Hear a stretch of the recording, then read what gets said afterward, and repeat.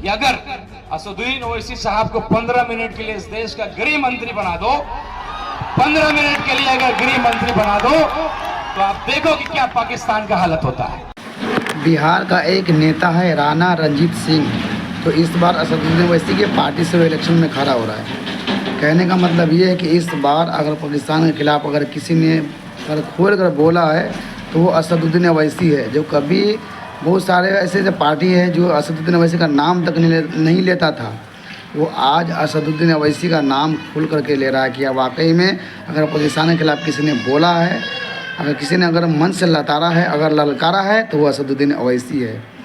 और ये बिहार के नेता राणा रणजीत सिंह जो असदुद्दीन ओवैसी के पार्टी में अभी नया शामिल हुआ है, इसका भाषण सुनिए, आपको फिर समझ में आएगा क्या असदुद्दीन ओवैसी है।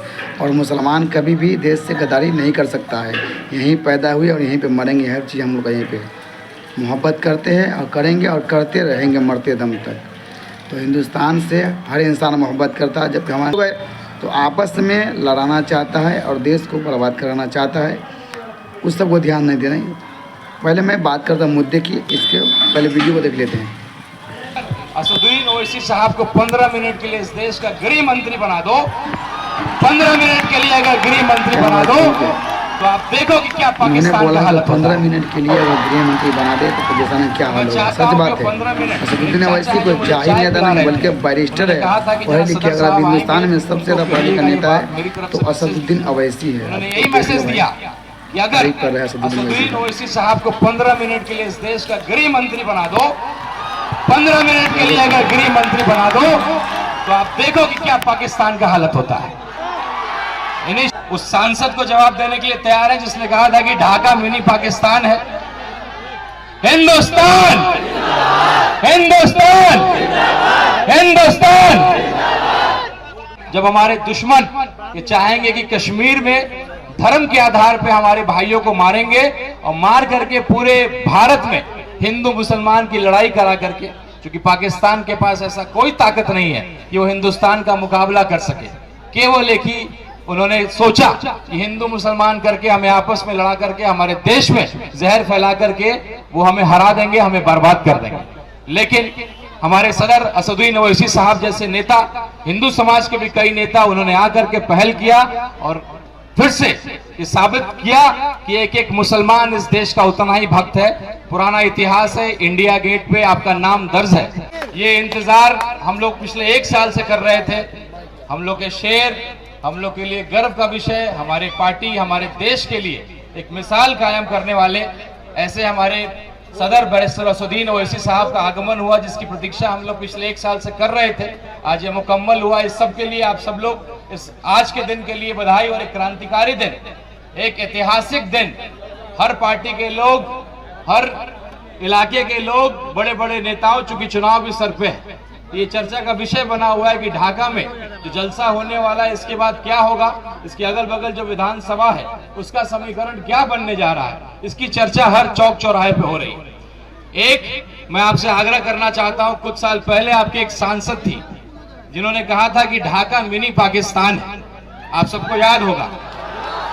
तो मैं ये चाहता हूं कि वो सांसद या उन सांसद के जो लोग हैं उन तक ये आवाज जाए, जितना एक एक हिंदू यहाँ का हिंदुस्तानी है, इस देश भक्ति का जो है एक मुजाहरा हम लोग पेश करें। मैं हिंदुस्तान कहूंगा, आप जिंदाबाद करेंगे। कोई भारत माता की जय कहता है, कोई हिंदुस्तान जिंदाबाद करता है, कोई अपने अंदाज में अपने देशभक्ति को अपने सामने पेश करता है। सबका अंदाज अलग है, लेकिन देशभक्ति वही है। तो मैं एक बार ढाका के आवाम से आग्रह करता हूं कि मैं हिंदुस्तान कहूंगा, आप जिंदाबाद करेंगे। और ये गिनती जो है हम लोग गिनने का प्रयास करेंगे, कितने लोग हम लोग उपस्थित हैं। आप लोग तैयार हैं? उस सांसद को जवाब देने के लिए तैयार है जिसने कहा था कि ढाका मिनी पाकिस्तान है। हिंदुस्तान, हिंदुस्तान, हिंदुस्तान। हमारे अपने भी मसले हैं। आज हम तिरंगा लेकर के आए हैं, 2 दिन पहले हम काला झंडा लेकर के आए थे। वक्फ बोर्ड को लेकर के जो बात, जो संविधान का उल्लंघन करते हुए फ्रीडम ऑफ रिलीजन और राइट ऑफ इक्वलिटी, जिसकी बात हमारे सदर कहते हैं, जो बैरिस्टर भी हैं, मुझे लगता है जितना अध्ययन वक्फ बोर्ड करके लेकर के किया है हमारे बैरिस्टर साहब ने, उतना किसी ने ही नहीं किया है। तो काला झंडा भी हम दिखाएंगे।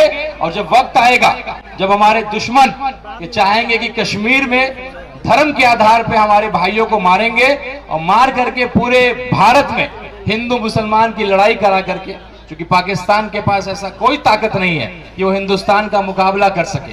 केवल एक ही उन्होंने सोचा कि हिंदू मुसलमान करके हमें आपस में लड़ा करके हमारे देश में जहर फैला करके वो हमें हरा देंगे, हमें बर्बाद कर देंगे।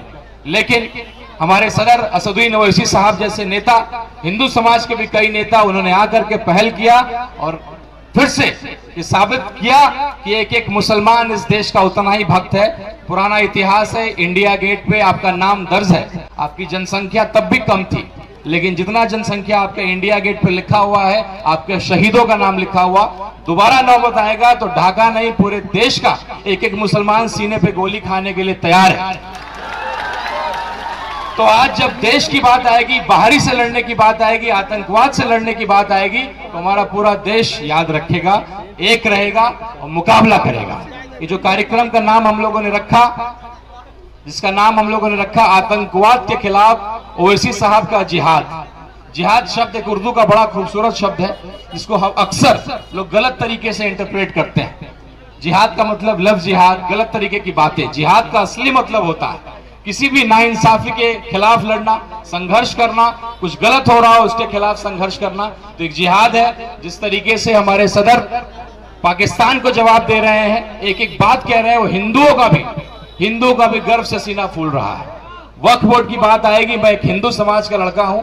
जब मैं अपने मंदिर में, मैं हिंदू होकर के जब मैं अपने मंदिर में किसी को कबूल नहीं करूंगा, किसी मुस्लिम